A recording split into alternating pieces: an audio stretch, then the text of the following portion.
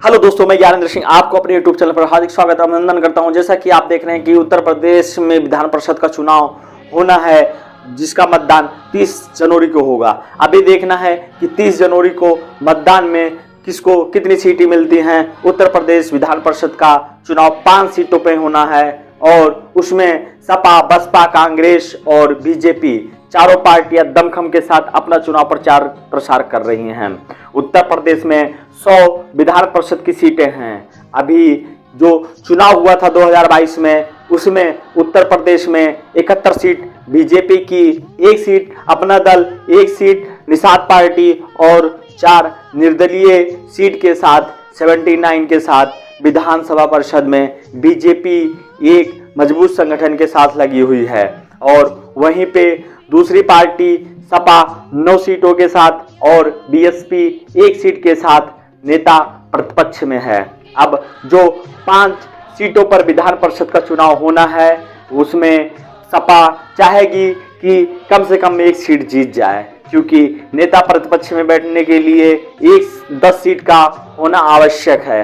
अगर किसी भी पार्टी को नेता प्रतिपक्ष में बैठना है तो कम से कम 10% सीट होनी चाहिए, तब वो नेता प्रतिपक्ष में बैठ सकता है। इस समय सपा के पास 9 सीटें हैं और बीएसपी के पास 1 सीटें हैं। अभी सपा के पास 1 सीट कम है कि वो नेता प्रतिपक्ष में बैठ सके। नेता प्रतिपक्ष में बैठने के लिए सपा चाहेगी कि 5 सीटों में कम से कम 1 सीट जीत जाए और नेता प्रतिपक्ष में अपनी जगह बना ले। अभी देखना है कि 5 सीटों में होने वाले चुनाव में किसकी जय होती है और किसकी पराजय होती है। सारी पार्टियां अपने दमखम के लिए तैयार हैं। अगर बात करें सपा अध्यक्ष अखिलेश यादव और माननीय शिवपाल सिंह, दोनों को साथ में आने से पार्टी को काफ़ी मजबूती मिली है। अभी देखना है कि 5 सीटों में होने वाले चुनाव में किसकी जय होती है। लेकिन अगर देखा जाए, इससे लोकसभा का चुनाव का भी एक आंकड़ा निकलेगा कि जनता के बीच में क्या चल रहा है और क्या नहीं चल रहा है, क्योंकि इससे ही पता चलेगा कि आने वाले लोकसभा के चुनाव में अभी किसका परचम चल रहा है और जनता किसके तरफ रुख कर रही है। सारी पार्टियां पूरे दमखम के साथ में लगी है। आज शाम प्रचार प्रसार थम गया है और परसों वोटिंग होनी है। अभी देखना है कि परसों के दिन कौन सा मतदाता किसको वोटिंग करता है और किसके खाते में किसका वोट जाता है। उसके बाद 2 फरवरी को काउंटिंग है। 2 फरवरी को पता चलेगा कि कौन सी पार्टी की कितनी सीटें आई हैं। सपा, बसपा, बीएसपी और अन्य पार्टियों ने कितना अपना दमखम दिखाया है और किसकी क्या परचम है। अब इसकी कितनी सीटें आई हैं, अब ये डिसाइड करेगा 2 फरवरी को कि सपा को नेता प्रतिपक्ष में बैठने का जगह मिलेगा कि नहीं मिलेगा।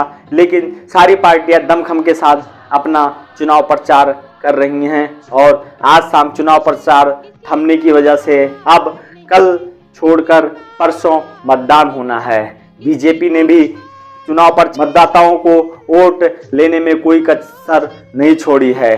जितने भी मंत्रिपरिषद, जितने भी उनके विधायक हैं, सबने पूरी कोशिश की है कि बीजेपी को 5 से 5 सीट में सफलता मिले। लेकिन सपा भी कम नहीं है, वो भी पूरा दमखम दिखा रही है और चुनाव प्रसार में लगी हुई है। अभी देखना है कि 30 जनवरी को कौन सी पार्टी की जय होती है और कौन सी पार्टी की पराजय होती है। ये 2 फरवरी को पता चलेगा। अगर बात करें 100 विधानसभा सीटों का जो नेता सदन हैं, वो माननीय केशव प्रसाद मौर्य जी हैं, उत्तर प्रदेश के उप मुख्यमंत्री, और जो विधानसभा परिषद के अध्यक्ष हैं वो कुंवर मानवेंद्र सिंह हैं। उन दोनों के नेतृत्व में 5 सीटों में जो चुनाव लड़ा गया है, अब ये देखना है कि उसमें किसकी कितनी सीटें आती हैं।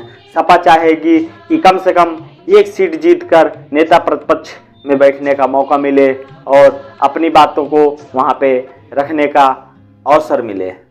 अगर आपको मेरा वीडियो अच्छा लगा हो तो लाइक एंड सब्सक्राइब करना ना भूलें।